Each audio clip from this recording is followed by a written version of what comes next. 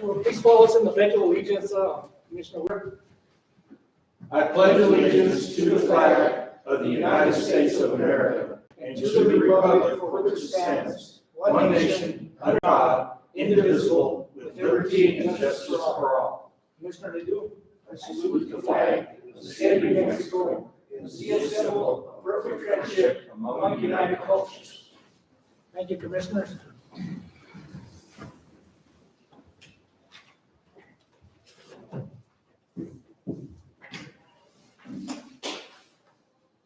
We're on item number 4, approving today's agenda. Is there a motion to approve today's agenda?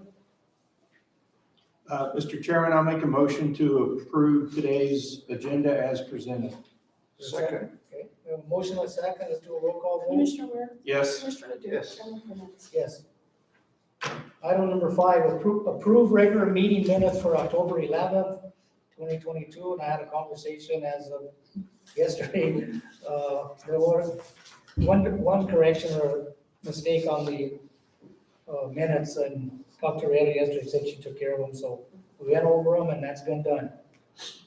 Any comments or questions on the approval of the regular meeting minutes for October 11th? If not, is there a motion to approve? Mr. Chairman, I'll make a motion to approve the meeting minutes for the October 11th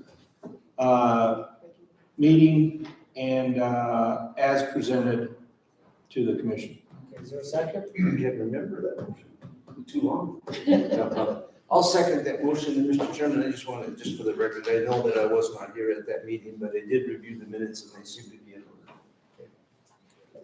Let's do a roll call vote. Commissioner Ware? Yes. Commissioner Ledoux? Yes. Chairman Fernandez? Yes.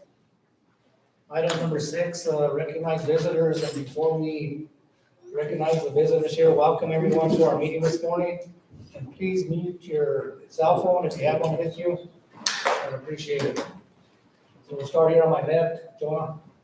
Jonah Johnson, County Manager's Office. Alberto Xavier, Manager's Office. Sarah Torres, Chief Deputy Clerk. Side review. Kevin Noah, Planning and Zoning, City of Rancho. Tim Martinez, IT. Dudley Hill, Emergency Management. Lieutenant Garcia, Legal Knowledge Detention Center.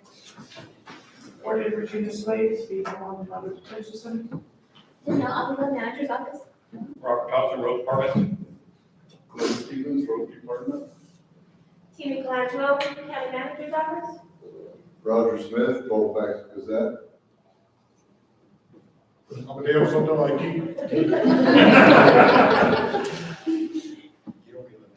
All right, everyone present. Item number 7, public comment. Let's start off with Robert Thompson wanting to speak on something that's not on the agenda today, and that's what I ask is if you have something that you want to bring up or discuss with this commission, other than what's on today's agenda. So go ahead, Robert. Mr. Robert Thompson, Road Department. Commissioners, ladies and gentlemen.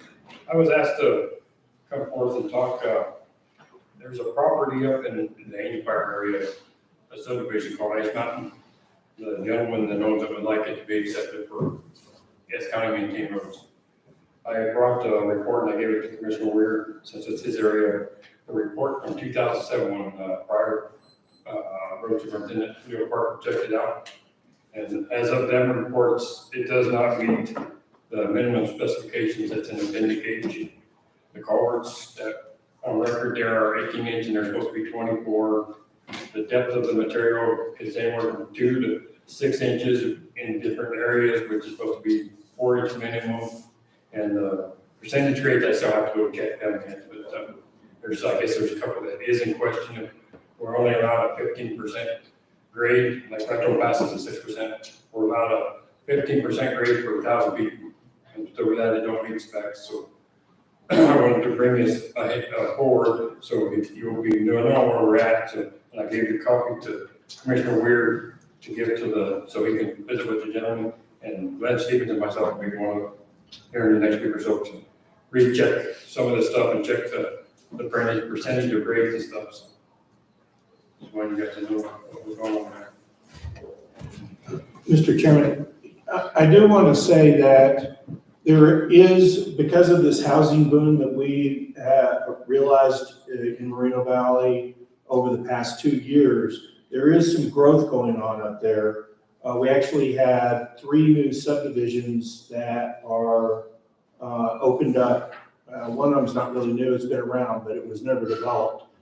And so one of the things we do need to do, I think, is to stay on top of the road condition, and the commission needs to be prepared to consider at some point expansion of our staffing in Moreno Valley, because as, you know, if we do start taking on more roads, which, you know, growth is good, I think, because it generates additional revenue for the county that we can then use to do things like provide raises for our staff. But we, at some point with that growth, we're gonna need to consider adding additional staff or figuring out how to serve that area, because I think the staff we have up there right now is stretched. That one person we have covering all of Moreno Valley is stretched. And I think that with the expansion of potentially of additional subdivisions, we may need to look at another half-time or full-time personnel for Moreno Valley. Not right now, we're not there yet. And I don't even know that it's gonna be for this upcoming budget, but I certainly, with the growth that's going on, I certainly see the possibility in the following budget of needing to consider expanding staff up there. And yeah, I appreciate Robert, very detailed study that was done on Ash Mountain. He's gonna go back up and recheck some of these to make sure that these numbers are still valid. And based on this report from 2007, it's not something I would recommend that we bring before the commission at this time. But what we do need to do is go back to the developer and say, if you want us to take over these roads, here's the problems, you have to go fix them. And as soon as they're fixed, then we can present it to the commission. But I do want the commission to be aware that with the growth going on, there is, again, in my estimation, not this budget cycle, but maybe the next, where we'll have enough growth. And with these new housing additions that are going in, we may be required to expand our services or our staffing in Moreno Valley. When you say, let me ask you a question, Commissioner, so when you say staffing, you're talking about another road and bridge employee? That's right, and maybe even equipment doesn't do us, I mean, this is all something that, of course, Robert would have to work up for us and present to us on what his needs are. But I can imagine the commission maybe even needing another blade up there. So another person and equipment that person can use. Because right now, there's only one blade in the valley that I'm aware of. And, you know, it takes a lot of time when we get a good snow up there for our current personnel to go and clear all the county roads on. Thank you, Commissioner. Commissioner? We have a couple of questions. How much road are you talking about? I've never had to report honestly how many miles. I have to check that too. Okay, so you don't know that then? No. You know, and the other thing I just want to point out to the commission, by the way, I concur with you with needing more personnel, but not only for there, but throughout the county as well. But I think that the one thing that I would caution the commission is that anytime that you undertake a road like this, you gotta remember that when you take it, you know, you're looking at perpetuity, you know, cost and perpetuity and stuff like that, when we agree to do that. So it's very, very important that it meets the minimum qualifications that we have, because we're already stretched thin as it is. You gotta remember, what, 571 miles? You know, or 570.8. yeah, 500. So we got a ton of miles, and the last thing this commission needs is more miles, you know what I mean? Especially with the personnel that we have. So I would just caution that if we undertake another road, that just remember that when you do that and you approve that, then it's in perpetuity. We're stuck with it from here on. That's it. And Mr. Chairman, just for the record, on Ash Mountain, in total, it's 2.2 miles of road. Thank you.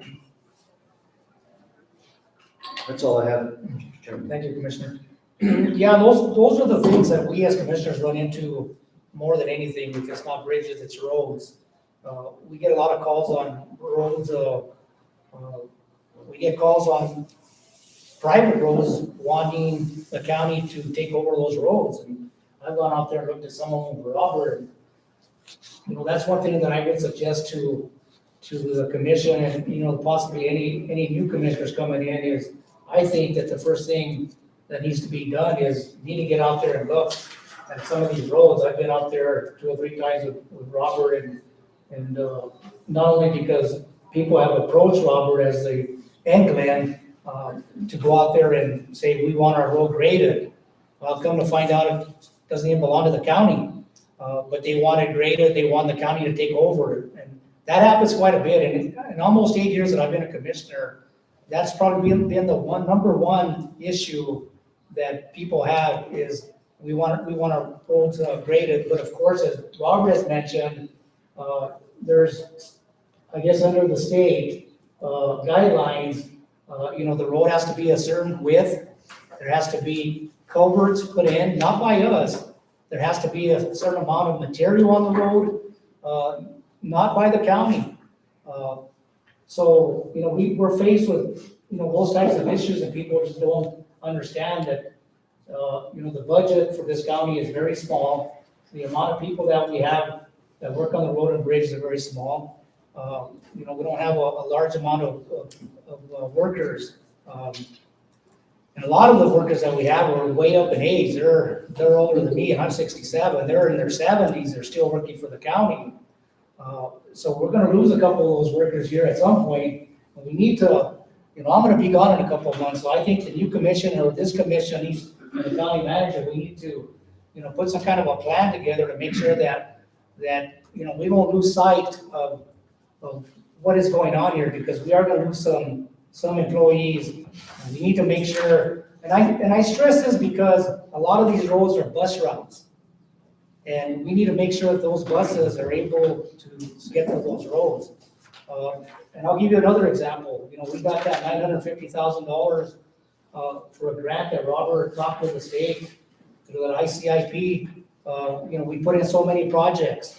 I think he put in for 4 projects, 3 bridges and the roads over in my district, District 1, we're lacking 3 or 4 roads that are not paved.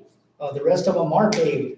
The state actually said, here, we're gonna give you this $950,000 to pave the rest of those roads in my district. So they're gonna get paved, and you have 2 years to spend that money. I've gone out there and looked at those roads myself, and I talked to Robert the other day, because I did talk to a couple of the landowners, and I know that some have culverts, some do not. But I'll tell you what, once you talk to them, they're very happy to find out that they're gonna get their roads paved. One person told me, I don't want the road paved. I don't know why, but I would be happy if I lived here and the county is gonna pave my road, or the county road. I say my road, the county road, just to keep the dust down. But along with that, I talked to Robert and said, at some point, he's gonna have to go out there, him and Glenn are gonna have to go out there with the engineer within the 2 years to make sure that the culverts are in place by the homeowners at their cost, not the county's, to make sure. I think the roads right now are wide enough for the roads we're gonna get paved within 2 years. But they need to understand that, and not only to let them know, but a lot of people wanna know in advance so that they can get their aprons, their driveways paved, that they paid for, not us. If they're gonna be out there, they need to get their apron of their roadway paved. So it's good to go out there as a commission or as the road and bridge manager. Same thing with Glenn, you're under Robert there, let them know, look, this is what's gonna happen. You know, so save your money if you want your apron paved in the future. I even talked to our county fire chief to see if he has any money in the budget to pay the parking lot of the fire station that we have out there off of Highway 72. Because it's a money mess out there at times, so I'm hoping that he has some money saved to get that done. So I just wanted to throw in my 2 cents here for what it's worth, for anyone that's listening, that those are the things I think that, number 1 are roads, number 2 I think are bridges, and number 3 are our employees, that we need to continue to make sure that we hire more people with the right amount of pay. When I went to the drive-through at McDonald's this morning to get my sausage McMuffin, I noticed there was a sign that says $20 an hour starting. So, if they're paying $20 an hour, and I know they don't have the benefits, let me make sure that everyone who's listening clearly understands that the county of Colfax has the best benefits of anywhere that I know of. And I represented employees in Los Animas County for the last 30 years. And I can tell you that we have the best healthcare, 85% of healthcare here. No one else, you will never see that again. I negotiated with the city of Raton for the water guys that I used to represent. I'm retired now. And I try to get their insurance from 80 to 85, even to 90. They will not budge.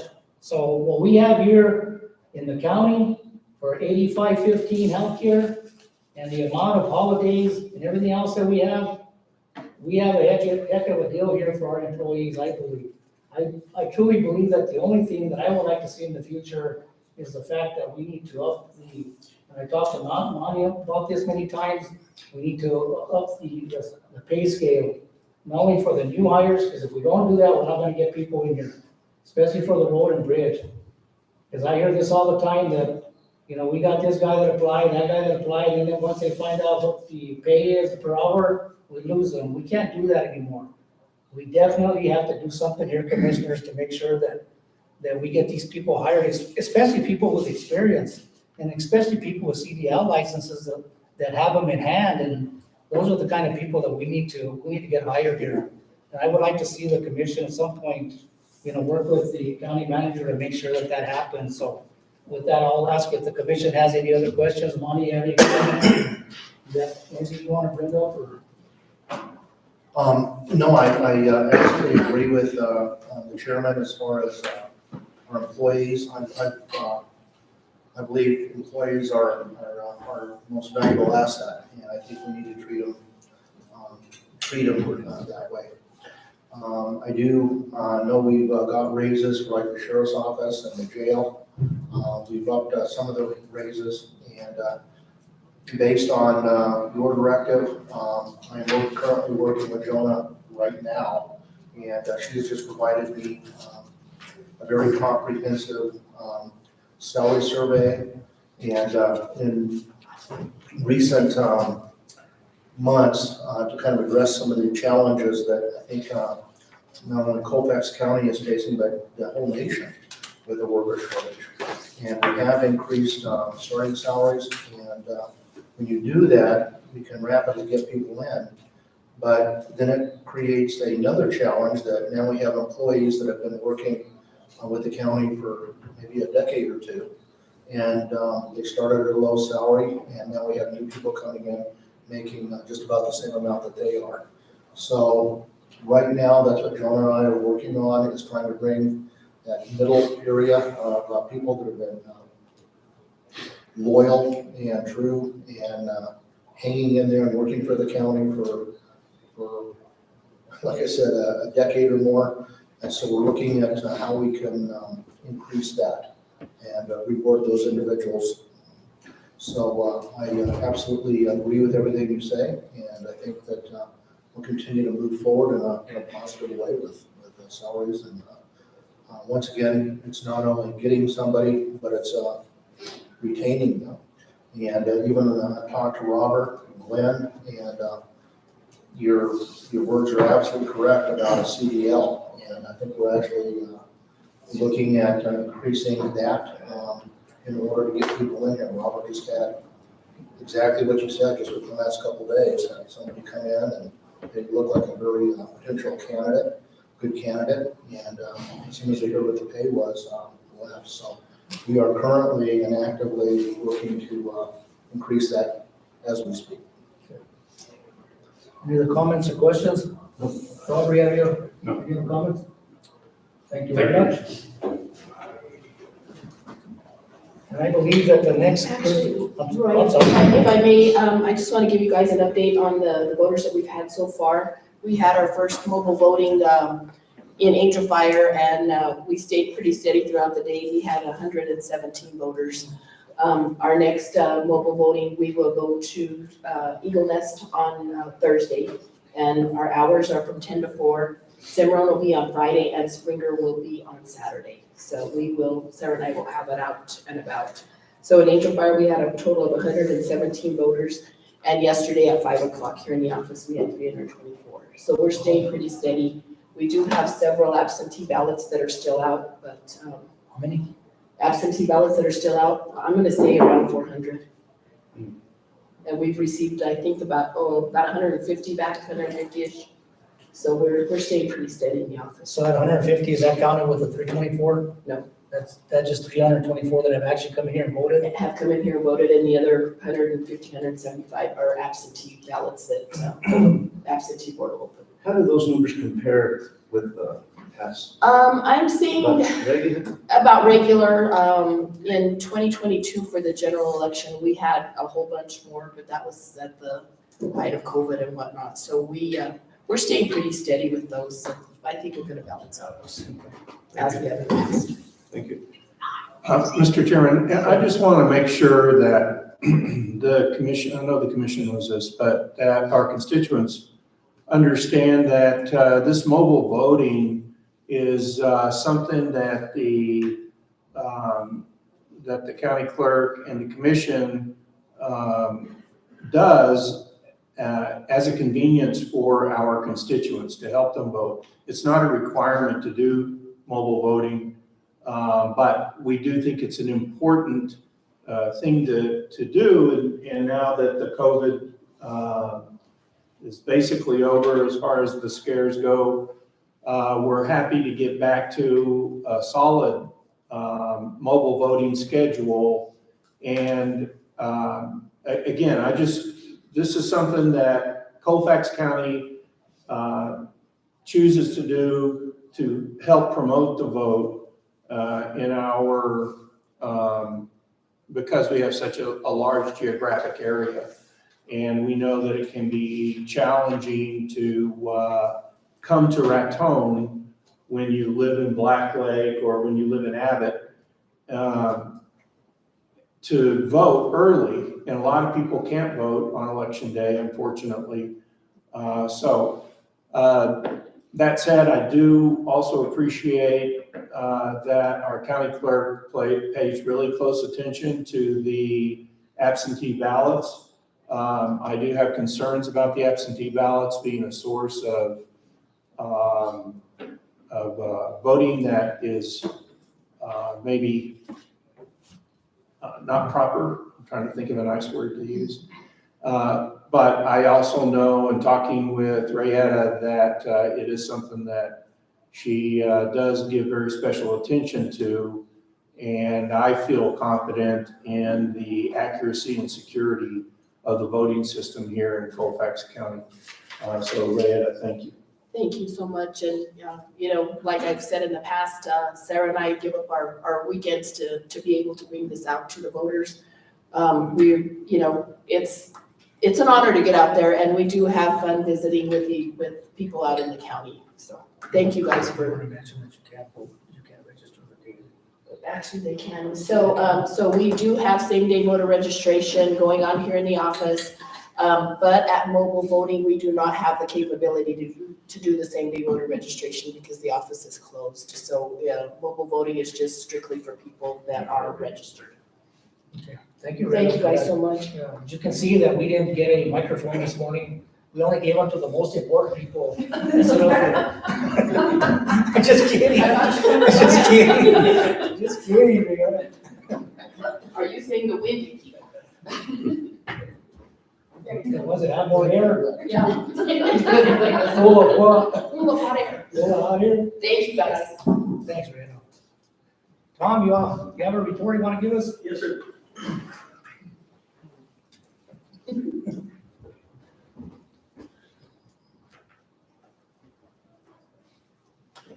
Thank you, Mr. Chair, Commissioners. Tom Hill, Emergency Management. First off, I apologize. I meant to do this last meeting with the other quarterly reports, but my phone rang and it turned into a day-long thing. Wanted to give you an update on the previous quarter and the next quarter. So starting off with the FEMA reimbursements from the 2 fires, we did complete the package and get that submitted. The total's around $49,000 and change. The majority of which of that will go back to the sheriff's office for overtime, backfill, and equipment use. The rest of it will probably be going to cover my overtime and backfill as well. So that package was submitted. The state has responded with a couple questions we're still working on. So again, with federal bureaucracy, I'm anticipating maybe first of the year, check arrives on that one. But it'll be nice to recover some of those funds that we expended during those fires. Moving on to the Cooks Peak and the emergency watershed protection program that we have been working on. Of course, again, bureaucracy being what it is, there's been some delays. Consultation with the primary landowner affected, which is Bar Express Ranches. The last request was that the county actually pursue the bid regarding the project, which is the main project we're looking at right now are sediment basins. There's about a dozen sediment basins around some high severity burn scar that's been identified as some major issue locations regarding the Miami watershed. And so right now I'm working on putting together a request for bids regarding that project. Again, that funding all comes through the USDA. So other than some admin time on my side, there's no cost out of pocket to the county. We're just a pass-through agency regarding those projects. Again, because of these delays, I'm concerned once I get the bid out. Of course, we have generally 30 days to respond to the bid. By then, we're talking December, and no work's going to get done in those mountains. The timeline for these projects pretty much puts us into the February-March timeframe for completion, which again, that's not realistic. So I'm already talking with USDA regarding extension on this project. It's going to have to happen. If we don't get an extension, then the work's not going to happen. I'm anticipating probably an average winter. That's what my sources tell me. But again, even an average winter in those foothills, accessibility is going to be a major issue with mud and snow. That's the way it goes. The other sides of that project, as we're progressing along, our cooperation with the state land office, state land office being another major landowner affected by the Cooks Peak fire. A lot of that has progressed. They're still working on, their major concerns are slope control, and with that, wattles is one thing they use, which wattles are basically rolled up absorbent material that's placed along hillsides to kind of slow some of the flow. So that's progressing as well. The state's done quite a bit of work, although they're still looking at the same issues with us and the same time frames as us. So again, we'll have plenty of support if we apply for an extension. I know the state will certainly be looking to back us up as far as the extension goes. So again, it is what it is, and we'll keep working and plugging away on it. In this last quarter, I was awarded a grant that I've been working on the last 2 years, and it actually comes through COVID money from the Department of Health, although it's not attached to anything in particular. It's kind of an open-ended grant. So I'm looking to extend that money pretty much as far as I can. I got about 1,000 different project ideas. The main ones being a UTV that would be used not only by my office, but available for sheriff's office, fire marshal, and anyone else. We have identified that even in some of the large-scale events that we've done in the past, the vaccination events and testing events, the use of the UTV would have been a lot easier to get around than trying to drive them with the trucks. As well as other events, the hazmat event we had, the UTV would have lessened exposure and then search and rescues and other things like that. So I think having another UTV that's available to the county for all county purposes, I think would be certainly beneficial. And then the other big project I want to spend that money on is fire shelters for the sheriff's office. In this last year, there was a case up in Oregon of a sheriff's deputy who was burned over while conducting door-to-door evacuations on a wildfire. And looking over the line of deputy, it was a situation that a proper use of the fire shelter would have most likely resulted in her surviving. And certainly, we put our sheriff's office at risk in so many different ways. And certainly doing evacuations and coordination during wildfire is one more thing we can provide them and help them out. So that's probably gonna be about $6,000. Fire shelters are pretty expensive. And also there's currently about a 16-month backlog. The two main manufacturers of fire shelters in the US have just been absolutely slammed, and then they're running through the same labor and supply issues that everyone else is running through. So I'd like to get that done in the next year, but again, it'll be a matter of making sure I can source that material as best I can. As far as other things looking to the future, immediate future, of course, we have winter weather's already here. So I'm going through the notification list for Colfax County.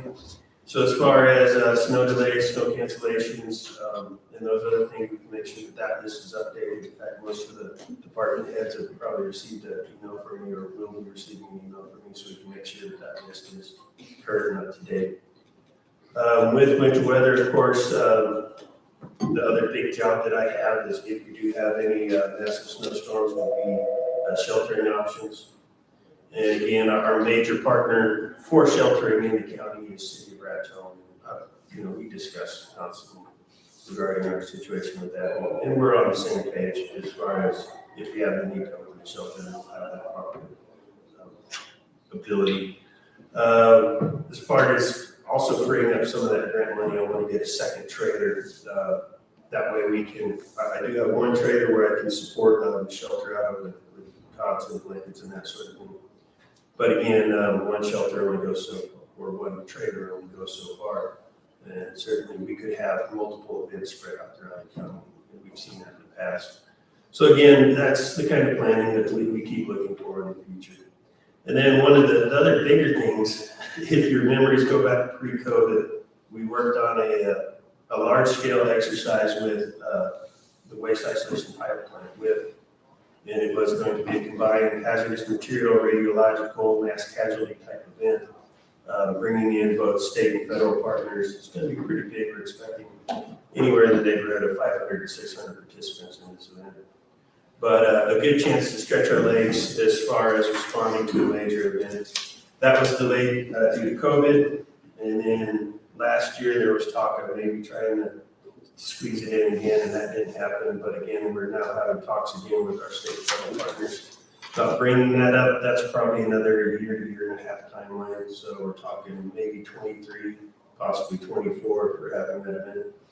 But again, there's lots of planning and preparation that goes into those sorts of things. But in the meantime, of course, that's through with the waste isolation pilot plant. But we've also been talking with main partners is City of Raton Fire, and we're looking at some other smaller scale events that we can have in the next coming months. Probably doing a search and rescue, some smaller hazardous material, illegal manufacturing, sort of identification and response operations in regards to that. So that kind of training is just kind of an ongoing, constantly talking about, constantly evolving sort of thing, and I continue to work. That's kind of where we're at right now. I'm probably forgetting about 12 things, but if you have any questions. Mr. Chairman, Tomas, one of the things that I'd like for you to maybe update us on or consider for the future is especially with these recent fires, and you remember that California team came in and they were talking about the fire going all the way to the Colorado border and burning through Philmont and all those types of things. There became a big concern in Moreno Valley community with some sort of sheltering capabilities in the Moreno Valley. And I know at one point we had like a bunch of cots and things at the Moreno Valley Fire Station. And I think those have been brought back up to Raton. But I guess there's concern that somehow we will get separated, if Moreno Valley would get separated from eastern Colfax County, and then they wouldn't have the supplies, since the majority of the supplies, my understanding is, are kept here in Raton. And I would like to understand that better, and if that is true, see if we can work on trying to keep things like cots and shelters and things of that nature in the Moreno Valley, and I think that Moreno Valley Fire Station would be the ideal location for that. So, in response to that, so the shelter trailer is actually kept at the Miami Fire Station. It being that, most of the time when that thing needs to be deployed, it's not Monday through Thursday, 7 to 5:30. That's gonna be the fastest response times. I live in Miami, I can drive over to the station, grab that trailer, and head wherever it needs to go. The main issue with distributing out the stuff that's kept in that trailer is that was part of a federal funding that happened about 10 years ago, about 9 years ago, actually. And as a result, that technically is federal property. The money came through Colfax County, we pay for it, we register the trailer, that sort of thing. But it's still looked at as a federal resource, which means they can call on it at any time. And I have a limited window to respond. The main example being, they started to call for it during the Calf Canyon fire when the city of Las Vegas was under threat.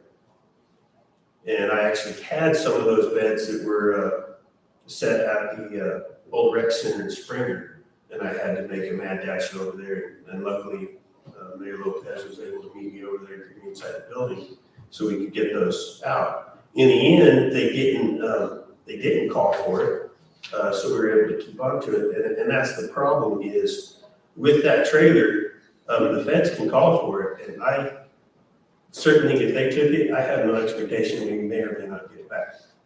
And that's just the way, some of those federal operations run. So if we did look at having supplies of beds, cots, blankets in other locations, that would have to come through a funding source other than that federal trailer. Or it could be federal money, but again, it wouldn't be through that specific program. So yeah, that's something I'll certainly look at and see what kind of other funding out there I can get into.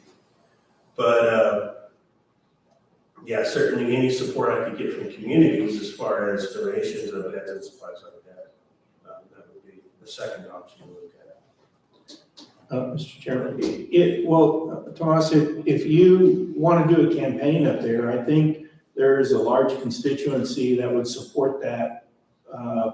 If we could do some sort of development of cots and shelter type equipment, I think that we could get the community to provide a significant amount of support financially and what other means are necessary. And even if that's not enough, I do think it's a real concern that the Moreno Valley could become somewhat isolated. I mean, we just saw this Calf Canyon fire was going to take potentially 2 different routes. Thank God that it didn't come to fruition, but it could have very well surrounded Moreno Valley. And I think that is important to have that type of stuff up there. So I'd be happy to work with you and if we want to call a meeting of the constituents up there or something, but I do think it's something from a, from a county perspective that we need to be looking at for the Moreno Valley, because it would be fairly easy with the forest surrounding it for it to be isolated or hard to get to. I mean, there's only, I guess there's 4 entry points into that valley, and the primary one is either from Taos or from Cimarron, and those are surrounded by thick forest. If those fires would have burned through there, it could have been an issue.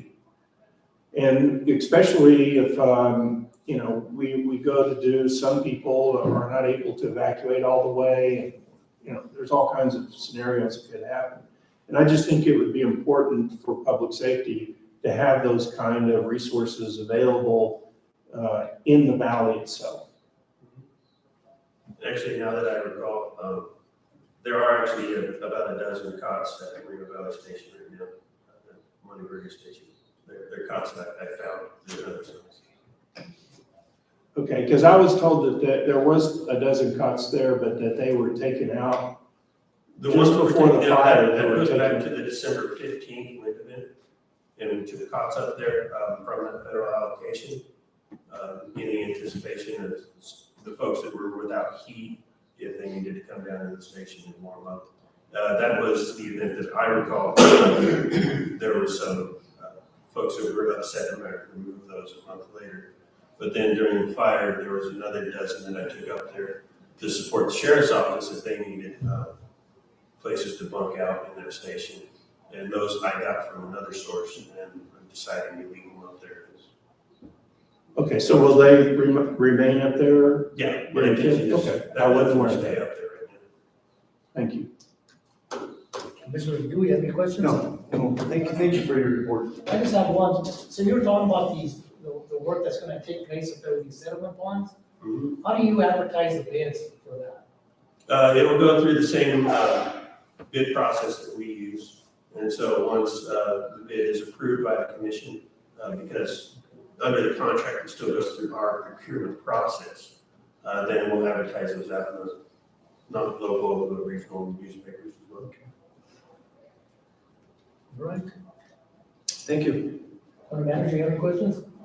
No, I think it was a very comprehensive report. Thank you very much. Thanks, Thomas. Thank you. Sheriff, do you have anything you want to report on? Under public comment? I can try off the top of my head. Good morning, Chairman, Commissioners, ladies and gentlemen of the audience.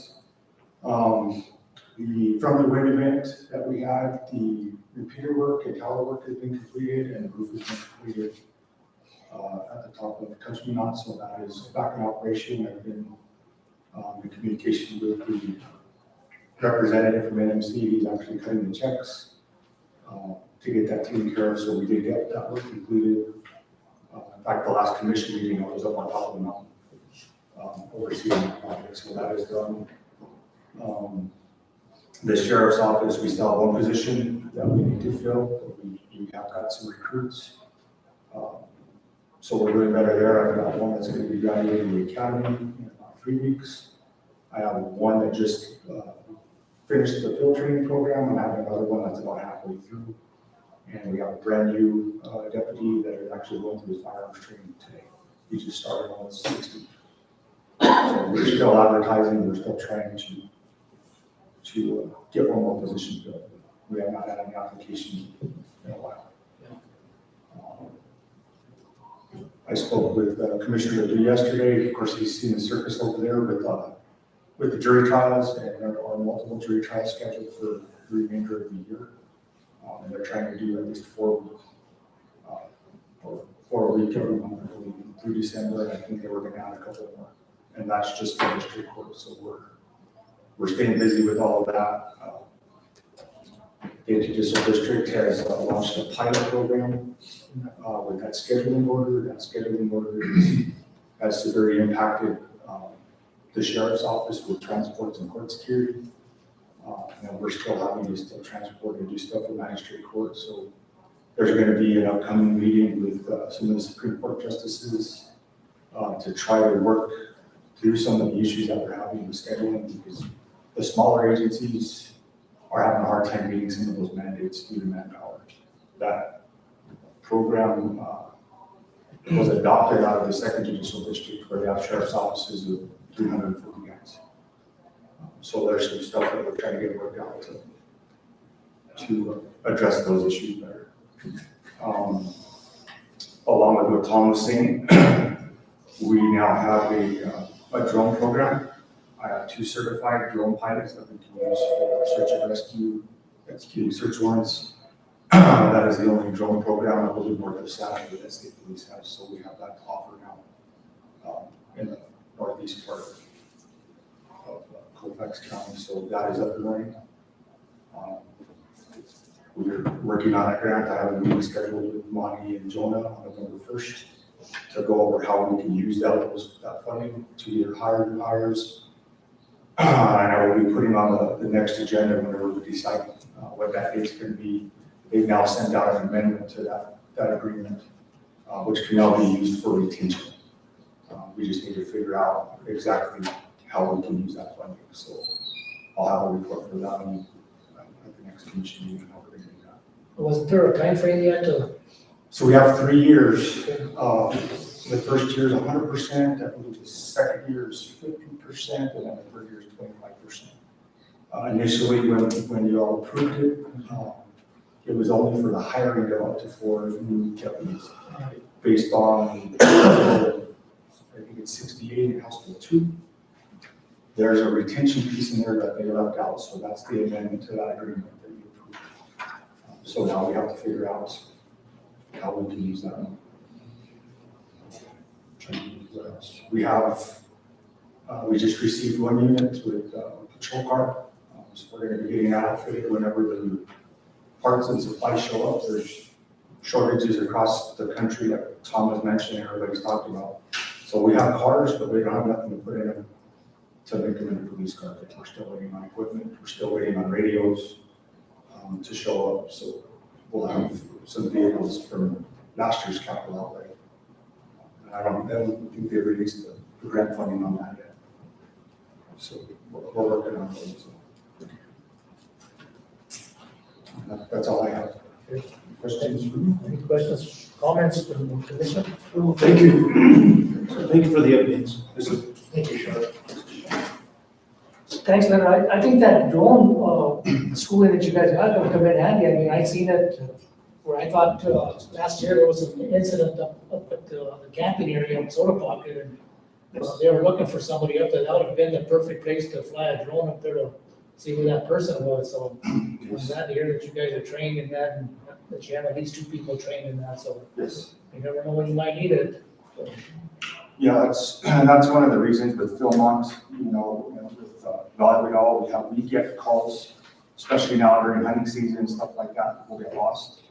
And we can cover a lot more ground with the drone than we can with getting people on the ground. right.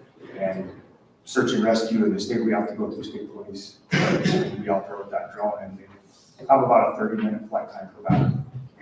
So we're working on that. We're going to try next year to add a secondary drone so that we can keep it moving. Yeah, I want to thank your department because, we had a vehicle up on 72 there that was sitting kind of almost on the road, and I called your office and you guys had that removed within a couple of days. So I was getting some calls in my area of my district that, somebody's going to end up hitting that, especially at night, that little pickup truck that was there.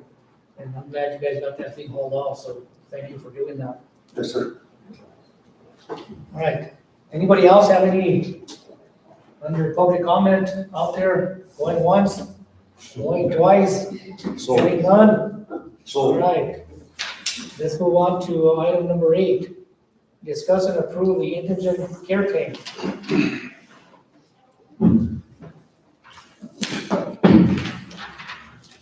Good morning. So I have, 3 of them on there, so it's 22-7, which he has 3, and then I have 22-08, and then 22-09, and they're all fit in the MDC. So they were all covered at 100%. Any questions on this? Nope, I looked at it. Any questions from the commission? We take care of them, don't we, in jail?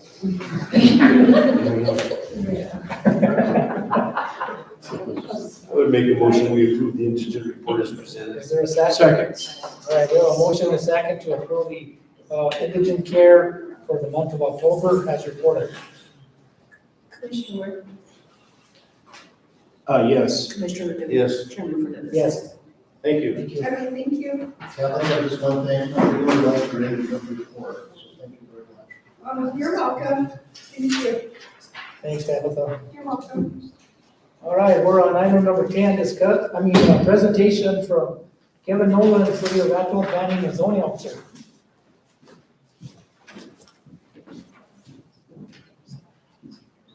Good morning, Kevin. Good morning. How are you today? Doing all right. Good. I'm just, city manager asked me to come and introduce myself. I'm the zoning manager of George Ryder. He's the code enforcement, and we're here just to help you out. Any issues you come across, we're here ready to help you out. Okay. So that's all I basically have. Okay, one of the questions that I have all the time, and I still am a little confused on, what authority does the city of Raton have for planning and zoning within the 3 mile extraterritorial? I know that it extends, as I said, 3 miles, so it would be actually from Hill Street, off of Highway 72, heading, east. So the Sandersons live on that corner, that's Hill Street, Hill Road. Correct, yes. The county line, in my belief, is in the alley, half of the, and I see the sheriff shaking his head, yes. So I've always known, or believed I've known this, that the county line in the alley on the west side is split between the city and the county.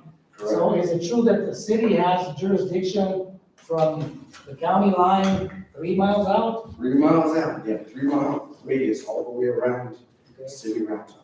So it's when somebody calls me as a county commissioner and says, you need to do something about this trash out here, I go to the city, I go to you guys? No, we want to sign you, we're just for the zoning part of it. We just give you the information on like buildings and codes and stuff like that. The other part is up to you guys. We're just, as far as the building, So advisory to you guys for that. That's all we do. Okay, so the code for trash and that, you guys oversee that? You and That would be more or less you guys. We're just the building, we just do the paperwork of it. We do the research. Okay, you're saying that, so you're saying that the 3 mile, I don't want to put you on the spot too much here, but I'm just getting curious about this. Because I've asked to check into that, and I've never got the answer. Yeah, we can look into it. I'll look into it a little bit more, Okay. but most of it's just like, we just advise you on what to do with that 3 miles. So it could be, let me look into it and then I'll get back to you on that. All right. What was that? Yes, Mr. Chairman, I have a question just on the ETZ, and I have minimal dealings with an ETZ because in Eagle Nest, they attempted to put one in there, and so I had to educate myself on it to some degree. But the city of Raton doesn't actually regulate the zoning for the ETZ. It's the ETZ that regulates it. They may choose to follow the city of Raton zoning, but it's actually a separate agency from the city. Is that correct? That's right. So it's that board, and there is a county commissioner on that ETZ? I'm on that board, we've only met once. The chairman of that board. There's 2 of us on there. Okay. Commissioner Fernandez and myself, and I'm actually the chair of that ETC. Okay, so those decisions are really being made as far as what the zoning is by that board. And enforced by who? By the board. Board enforces, but let's say somebody there's a zoning issue. Do we call on the city of Raton to go out and look at it? Do we call? We all get together, we have to meet like we do in our other meetings in the city. We meet and go over and make decisions and go from there. Those issues are brought before the ETZ board, and at that time, it's presented to us by whomever, and we look at everything, and based on that, we make a decision. Okay. That's correct. Like I say, right now, I'm just here to introduce myself, but I've been at 3 months now, so we want me to introduce myself, let you know we're here to help you out. And then what if somebody refuses to comply? Is that then the sheriff's jurisdiction? I can't imagine that being. Whose jurisdiction is enforcement? If it's outside the city limits, it's the sheriff. The sheriff? Yeah, the sheriff has gone out there within that 3 mile extraterritorial, and I remember there was an issue with a building out there sitting for a long time, and the neighborhood wanted it moved, and I called the sheriff, and they went out there and talked to him and gave him so many days to remove that old shed that was just sitting on the road, actually. Was more concerned because that's a bus route. And I just want to make sure that wasn't in the way of the bus itself. If she got in a jam there, they had to turn around, that shed was in the way, and I called the sheriff's office, and they went and talked to the landowner, and he took him a while, but he removed it. I think I seen it over in the Capulet area when I was hunting this weekend. I think that's where it's at. It looked familiar to me anyway. This is another one just like that, but Kevin, I appreciate you coming to our meeting and didn't mean to put you on the spot. No, that's okay. I clearly understand you were just here to introduce yourself, and that's really Right. nice, so Thank you you. to be here and come and tell us who you are and who you're working for now, and congratulations on your job. Thank you. I've been at this for a little bit now, so. All right, Kevin. All right, thank you. Thank you.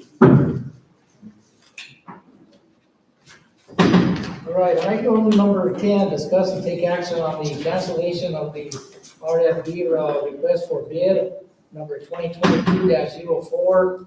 And that is for the hauling of pit run gravel to County Road 81 and 84. And you want to tell us a little bit about why you need to cancel that? Yes, Chairman, Commissioners, ladies and gentlemen. This was a project that was supposed to be done by the end of the year, and after County Manager, Board, Joe, and Daniel, and myself got together, and I could not guarantee 100% finish by the end of this year.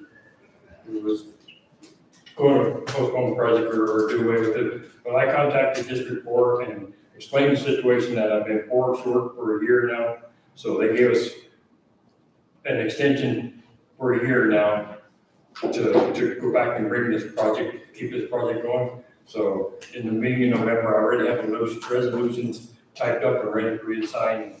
So we're going to get right back to it. The gravel's all piled up. We just need to get the paperwork done so we can start. Any questions from the commission? Mr. Chairman, just for clarification, so we're voting on an extension? No, this is to cancel the. That's what it says on the, so. Yeah, see, we went out to bid before this, and we didn't accept any bids because this all took place before we accepted any bids. So this is just a formality we have to do, and I will be coming back to go out to bid again for the same project. I got it. With a new RFP. Yes. Okay.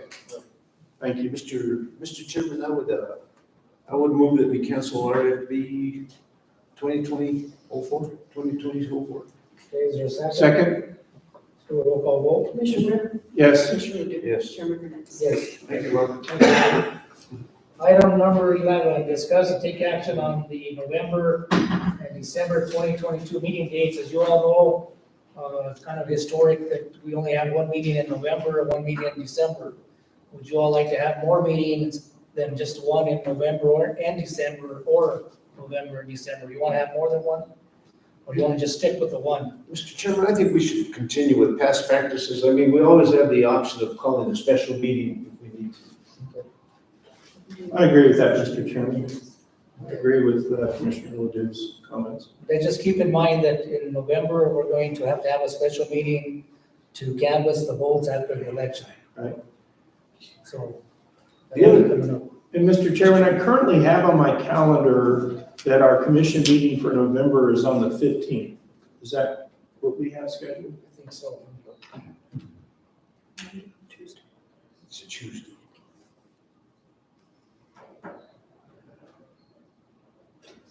November 15th is on the, no, it's actually, you might be right, because the second Tuesday in November is the 8th. Right. So, And I'm not sure why I put this as the 15th on here, to be honest with you. But I thought we'd had a conversation at one point where we had talked about, trying to do it in the middle of the month since we were only having one. well, maybe, it doesn't matter to me. Mr. Chairman, I think that's not a bad idea because the 8th is the election day and there's going to be a lot of things going on. So I would move that we would have the November meeting on the 15th. Okay. And I'll second that motion. Okay, so we have a motion and a second. Let's do a roll call vote that our next meeting in November will be November 15th. Roll call. Commissioner Ware? Yes. Commissioner Yes. Dugan? Chairman Hernandez? Yes. All right, how about the month of December? That would be the 13th, the second Tuesday in December will be the 13th. I would move that that's when we have it.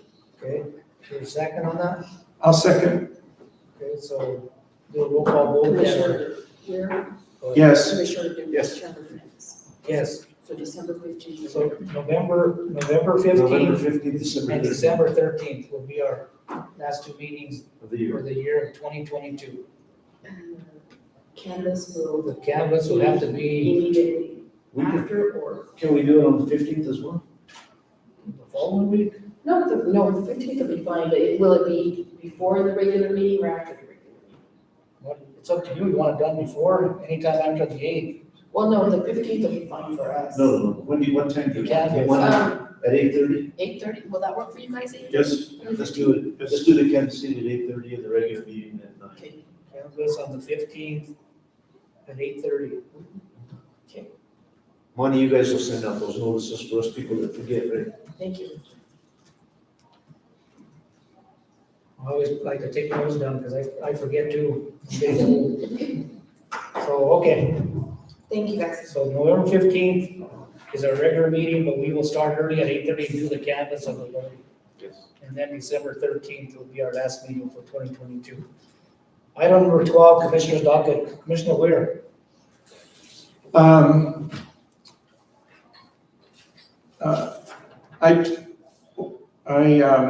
Again, I think I talked about this in the last meeting, but we did, working with the Cimarron Watershed Alliance, we were able to turn in a grant application for 8.3 million. We'll find out in the spring if we get that grant application to do forest thinning in and around the Moreno Valley, the unincorporated areas in Moreno Valley. So this is not inclusive of the village of Angel Fire or the village of Eagle Nest. And so that was an exercise in community involvement because we had people representing each of the communities. They're not really towns or whatever. Some of them are bigger than subdivisions, but they're groups that kind of identify or work together, areas like Black Lake and so on. And we had people from each of those groups represented in this group of people that worked with the Cimarron Watershed Alliance and Rick Smith to put that in. So that was an accomplishment we're looking forward to having that. I also want to say that it is good to have the Eagle Nest EMS service back up and running. I know that they still, they do have a full-time director there now. And I think this financial support that the county is going to be giving them is a huge part of being able to do that. And I know that the constituents there are very thankful to the county for doing that. The other thing is that, just so the commissioners know, in Eagle Nest, there's been a committee formulated, which I'm taking part in, and there is an initiative to try and get a healthcare facility in the town of Eagle Nest. And they're actually looking for a critical care facility as opposed to just a clinic type scenario.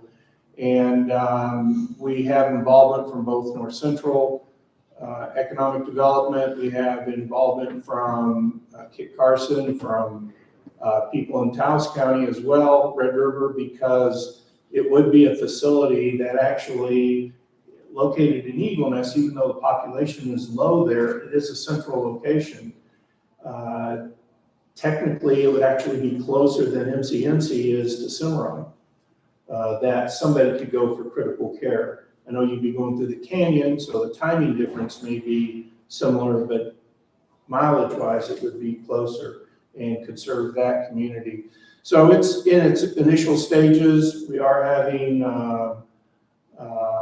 bi-monthly meetings, and we've already got most of the players, including the governor, updated on the situation. And with some of the grants that are out there right now, we're feeling, we've actually gotten the CS Ranch, and they're looking at using some of their property for this facility, and it's going to also help the school district with their requirements to provide mental health and dental health also to students now, which is something that's been evolving in our school systems over the last few years, some of the requirements here. So I just wanted the commission to know about that. I think this would be a good thing. There may come a point where this committee comes to the commission and some level of support, whether it just be a resolution supporting it, or maybe some sort of proposal for even financial support for this project. But I wanted the commission to know about that. Also, unfortunately, we had to cancel a meeting yesterday, but there is an initiative to bring fiber optic into Cimarron right now. Currently, there is no fiber optic in Cimarron. There is only the old Quest, Telephone lines. yeah, forgot the name of that type of technology, it's hard to use it anymore. But in the Cimarron, so I think that is something that is going to, and we're looking at trying to find which provider would bring that in. And discussions are actually going on with Kit Carson. Kit Carson already has fiber optic into U Park. And I think it would be least expensive for Kit Carson to bring that in to Cimarron, even though Cimarron's traditionally not a service area for Kit Carson Electric. Keep in mind, we've had fiber optic in Moreno Valley now for, what, 8 years, 7 years? And that was all done by Kit Carson. So Luis Reyes, the CEO of Kit Carson, has done yeoman's work in keeping that western portion of Colfax County ahead of the curve. I mean, they're already 100% renewable energy for daytime in there. So they have solar panels up, and they're actually putting another solar farm in so that they're 100% renewable energy, which is basically solar powered during the day in for all of the service area for Kit Carson. Includes Taos, includes Moreno Valley, and that's way ahead of just about any other co-op in the state. So I think that that with under the leadership of Luis Reyes, Kit Carson's aggressive enough that I think they would be a great partner to try and bring fiber optic quickly into Cimarron. As a matter of fact, in the preliminary discussions, it was noted that it could be as early as next summer that Cimarron would have fiber optic. And so I think that's important. And then as soon as we get Cimarron, then we got to start looking at Springer and how do we get Springer into fiber optic. Those are just some of the things that we are working on right now. And do you have any questions? I'll stand. Yeah, I do. I know that, because I've dealt a little bit with like Baca Valley with this fiber optic, and normally if Kit Carson has jurisdiction, that's who's probably gonna go in there, because they have certain areas that if they've been there before, they don't cross each other. It's kind of been the norm that I've seen. So, and Rihanna just informed me that Baca Valley has Philmont, and if Kit Carson has that area, I would say that they would stay with the same. But you're right, you need to find out exactly who has that jurisdiction, because I don't think they like to cross each other or get involved in each other's parts of the land in the county. So, and I do think fiber optic does go from Baca Valley to the Cimarron schools and Philmont. is that? And then in Springer, Plateau is available to most of the businesses. They'll provide fiber optic to the businesses in Springer, and they have probably about 230 residents that are eligible for fiber optic, and some residents have fiber optic as they are now in Plateau. Yeah, I think if I'm correct, then what has to happen is either like, if they're needing to extend that fiber optic, say that where Baca Valley's at, they just don't go in there and do it. They go through some grants that they apply for. Correct. And if they get them grants, then they'll go ahead and do the work.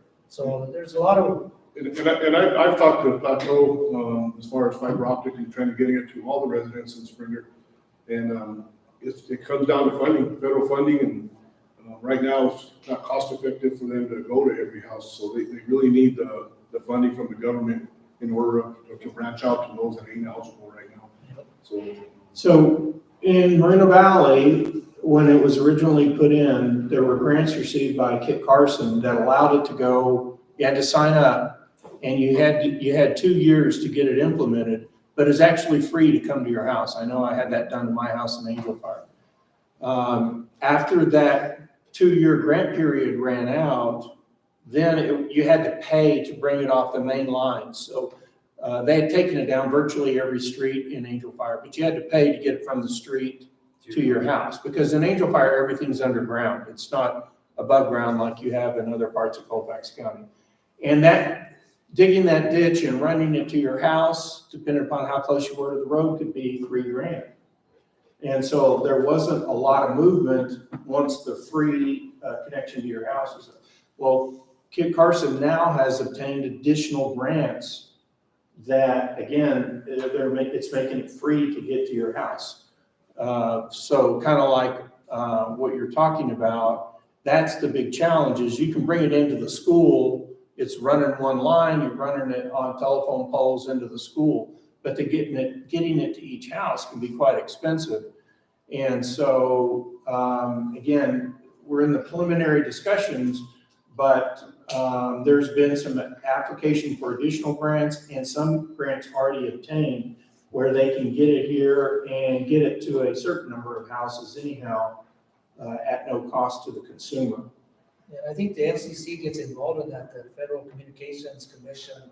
They're the ones that actually oversee the grants, and then they decide who's gonna get that money. So that, for instance, Baca Valley or Kit Carson will go in there and they're guaranteed that money on that grant to go in and start digging up and moving fiber optic in that area. So there's a lot of players that are involved in that, but I know for a fact that they don't cross each other. Like you said, if they're in Philmont, that's who's gonna take that over. So you always have to find out whose jurisdiction it is in.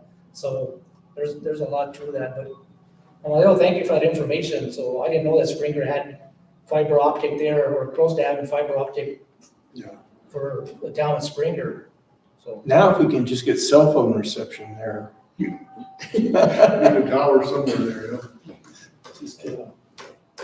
thank you, Thank you, Commissioner. Mr. Chairman. Commissioner, do we have anything? Yeah, I do a couple of things, Thank you. I'm glad to hear that, the valley's looking at some alternative, healthcare, measures and stuff like that. This is a good time to approach the legislature too, because of the banner reserves that the state has this year, and you don't know how long that's gonna be. So now's a really good time to ask for any type of, procurement or monies for that type of stuff, to include that fiber optic stuff. I think that the governor has, I've spoken to the governor before, and she's really into helping, rural communities with their infrastructure needs and stuff like that. So I would say that that's an infrastructure problem. So I'm glad to see that those citizens are getting aggressive here, and they're getting, to move towards that area. And last thing, I just wondering, I think we've said it enough, and I think a lot of people know that next, November 8th is election day, and I'm just encouraging people to go out and vote. I mean, main thing is just vote. I mean, this is the one time that people get to exercise their opinion or their vote as to who they want to represent them and things of this nature. And I think it's real important that people do that. And I would just encourage people to go out and get involved. That's it. Thank you, Commissioner. Commissioner Ware, I just have one question that I forgot to ask you. So if they're looking at critical care there, are they looking at hiring a PA, a physician assistant, or a doctor that's board The certified? doctor would be required for critical care. Okay. I would suggest if they could find one that's board certified, especially for critical care. That's board That certified. is a challenge. It's part of the discussions. We've already formulated subcommittees. And one of the challenges is finding, I know that right now the South Central Colfax County Hospital District is struggling finding a physician for them. So it's not going to be something that's easily accomplished. We're looking at things like trying to come up with money to maybe help pay for a medical student's tuition in return for them committing to come and working at the facility for X number of years. Things like that, we are, it's not going to be an easy task to accomplish. We figure the facility is going to be somewhere around $15 million. The preliminary, we haven't actually done any architectural work, but just roughing and what we want and consulting with the architect, on what it would take. So 15 to $20 million, by the time we get to do this, is probably what it's going to take to build that type of facility. But right now, you're either going to have to go to Taos, which, is 45 minutes from the valley in good weather, or 40 minutes anyhow, or you have to go to MCMC, which is an hour and a half.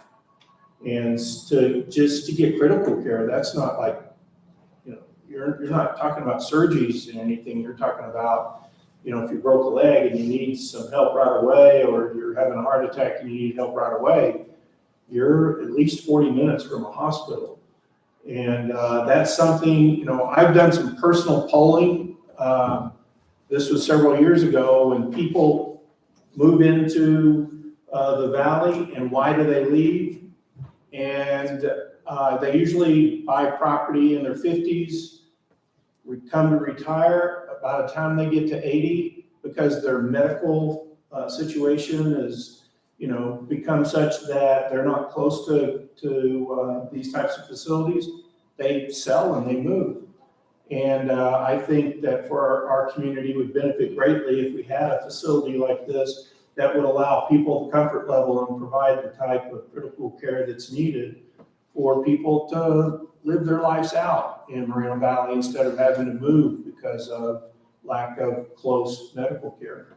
So that is a big goal for future development in Moreno Valley. And again, as Moreno Valley grows, to be blunt, so do the coffers of Colfax County.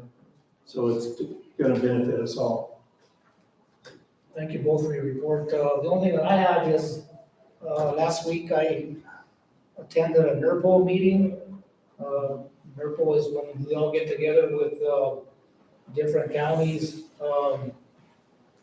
and they talk about the roads, and Robert was there, our county manager was there. I've got to say, he done a heck of a job in putting all this together. I got to thank the jail. You all done a fantastic job in getting the cooks to get the food out there. You guys worked hard in getting that done, and the food was great. I think people really enjoyed it. It was a really good meeting, other than we couldn't hear that one report, but it was okay. It was like watching a silent movie. They said it was online, and we had to look at it, we do that. But thank you guys for doing that. That was an interesting meeting. That's actually the first NERPO meeting that I've ever been to. Maybe I've been to one other one with Robert. I think it was the second one. Usually Robert and Monty. Monty usually attends them along with our Commissioner Weir. He attends quite a few of the NERPO meetings. But I gotta give thanks to the jail and to Monty for putting that together. I think I counted 22 or 24 people that were there at the meeting. I'm gonna thank Fred Martinez and his staff for getting the tables and chairs out there. They had to haul out the tables and chairs from the event center out to the what was the name of that Blue Dragonfly brewery, the old armory. Got to tour Blue Dragon. Even got a couple of beers to bring home, draft beers, and I had one when I got home, and it was pretty good. He's actually brewing some green chili beer, some red chili beer. And I asked the guy to call me when he's done with the green chili beer. I'm gonna go out there and buy some beer whenever he's done with it. So it's actually an interesting place there, because they started with these really small vats to make their beer. Now they got these gigantic vats. I think I'm saying that right. That they're making beer there. So the guy Ozzy Osbourne, he's the guy that's kind of in charge of making the beer, and it sounds like he knows what the heck he's doing. So it was very interesting to go out there. I had never been out there, so it was a very interesting tour, and I think everyone was pleased with the NERPO meeting. And I won't get into it too much. I'll let the county manager give his report on that. But thank you all again for the work that you all have done to get it accomplished. So that's the end of my report. County manager. Well, thank you very much, Mr. Chairman. I just want to piggyback off of what Chairman Fernandez said, and I want to Fred, if I could actually get you to stand up, and Regina. You were my to-go-to people on this. Colfax County volunteered to host a NERCO meeting.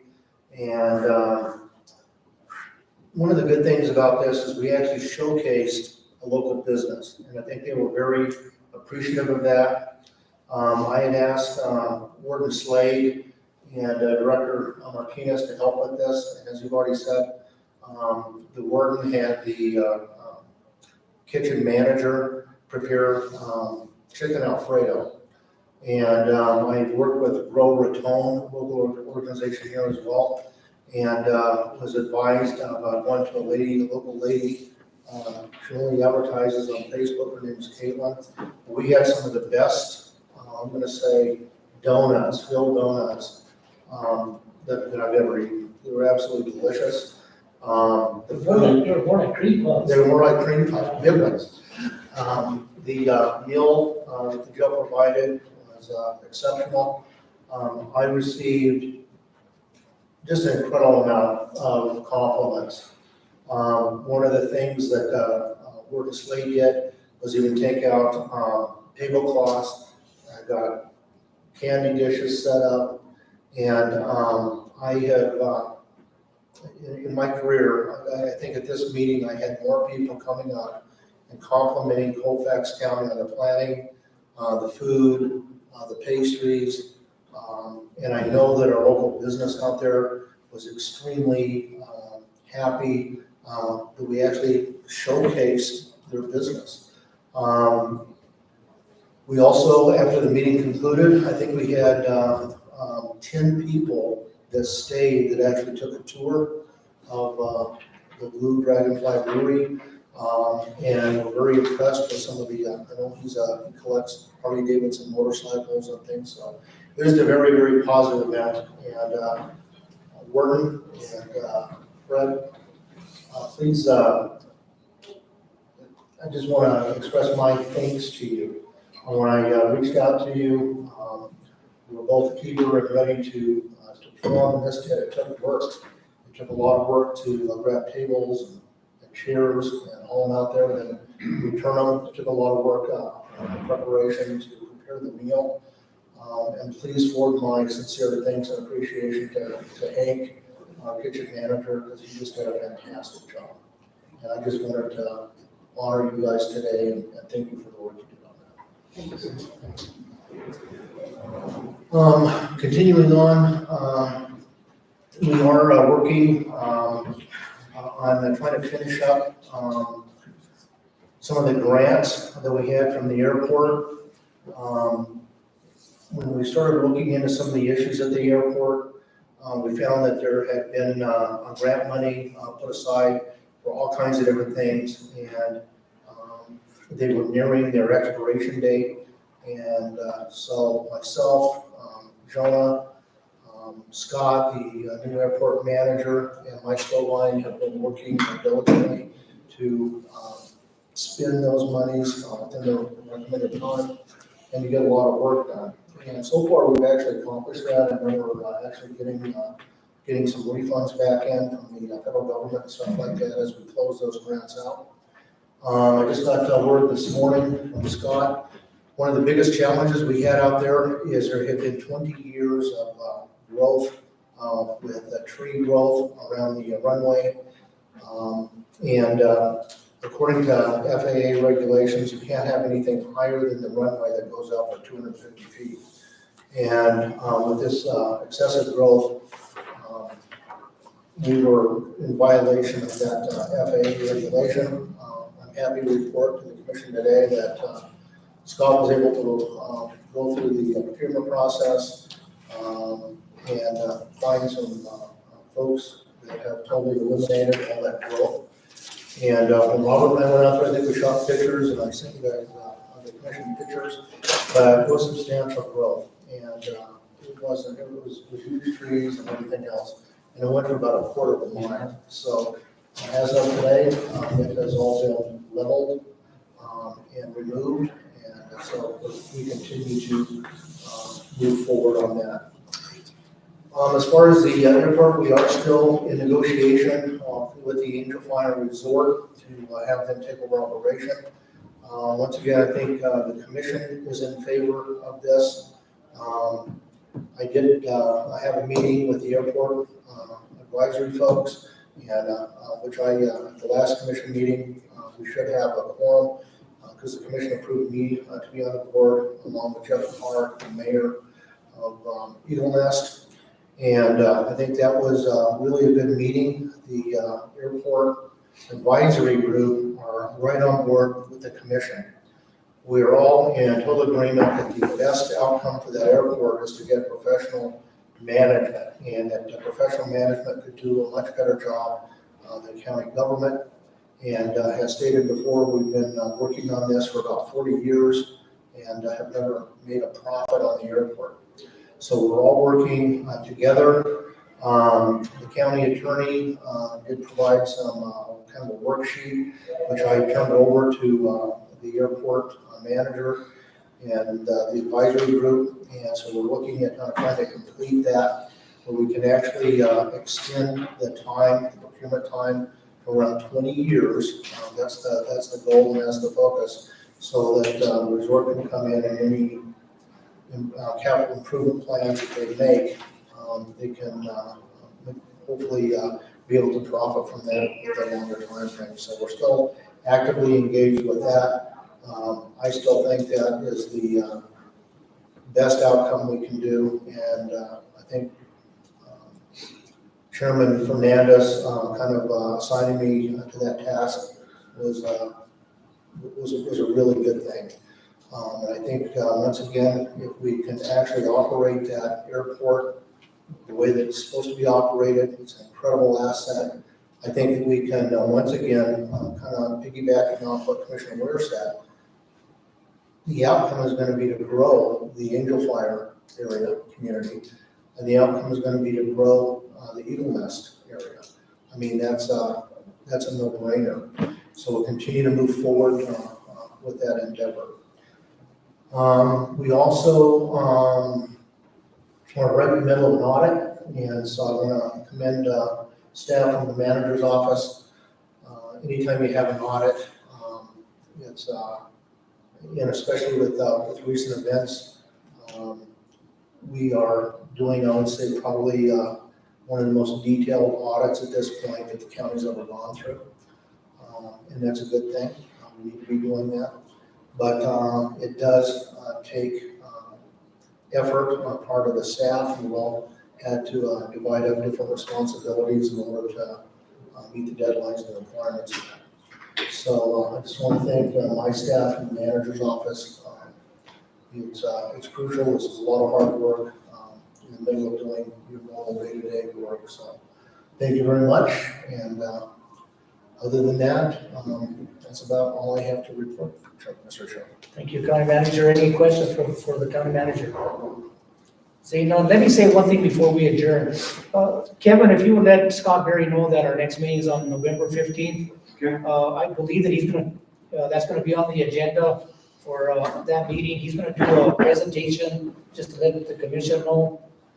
He had met with myself and the county manager. I forgot to bring that up last week. I happened to be up here, and Kevin was up here with him, and he's wants to talk. He's gonna do a presentation mainly for the 10 acres that they're looking for, the city's looking for, behind the Lighthouse Church, out of the acreage that the county owns. He's still looking for 10 acres. It's a 1 megawatt solar power plant. They do have all the panels, is what I was told, in place. I think, I put my 2 cents in and said, let the city manager know that, there's a procedure I think we have to follow. I instructed and asked the county manager to please get a hold of our attorney, because anytime, according to state statute, anytime that an entity, whether it's a city or the county, is going to give away, sell, or trade anything that is worth more than $25,000, a couple of things have to happen. First of all, you need to get an appraisal on that property, on those 10 acres. If that's what the commission chooses to do, whatever we're gonna do with the city. Second of all, we have to get it surveyed. let the city pay for it, rather than the county paying for it, because they're the ones asking for that piece of property. It's a very, wanted piece of property. All that land is, we've had people come up to us and say they want to build homes out there. So we need to be very strategic, and the reason why I'm bringing this up today is because if he's going to do a presentation on the 15th, we need to stay ahead of the game here to figure out what is this commission going to do here. Because, and on top of that, when I read the statute, it clearly says that what I've read is that, I'm not an attorney, but what I've read is that once you get all that done, whether you do it through an MOU, a resolution, or a contract, however we decide to do it with our attorney, that then it has to be approved by DFA, Department of Finance Administration. Me and Scott have a little difference of opinion on whether we have to go through DFA or not. As you all know, I spoke in front of the city weeks ago on the land acquisition, or not acquisition, but the land with Lake Dorothy.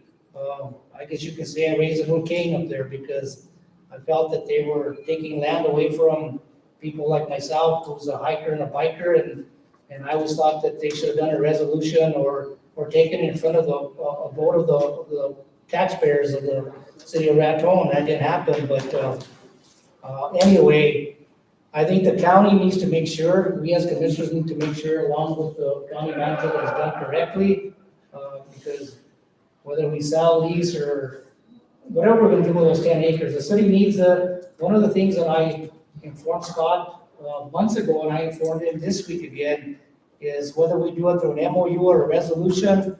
What I would like to see, and I think the commission agrees with that, I think Bobby has made the recommendation also that we need language in there that says that if there's a profit in that 1 megawatt for electricity, that it goes back to the taxpayers, the ratepayers, because I think we're in need of them. Our utilities are very high here in Raton. And I think if we can, get, I think Commissioner Ledoux was the one that said, that's what he would like to see in there, is make sure that we have language in there that, and I think Scott is okay with that, with the city, as a city manager. Profit sharing. Any profit that's made out of that 1 megawatt, that it goes back to the ratepayers.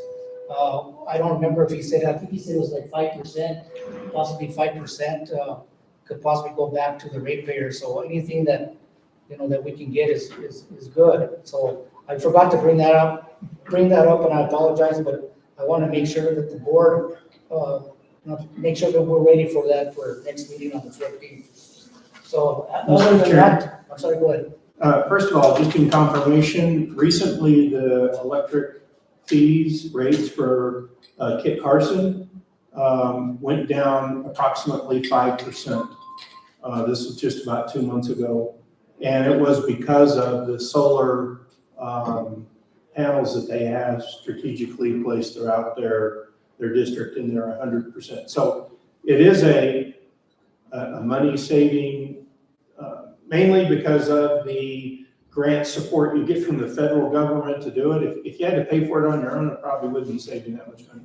But because of the support that you get from the federal government to put these solar banks in, it does result in reduced costs for consumer electric bills, and Kit Carson is a perfect example of that. Just happened within the last few months. We had a reduction for the first time in my life I've ever seen a rate reduction for a utility company.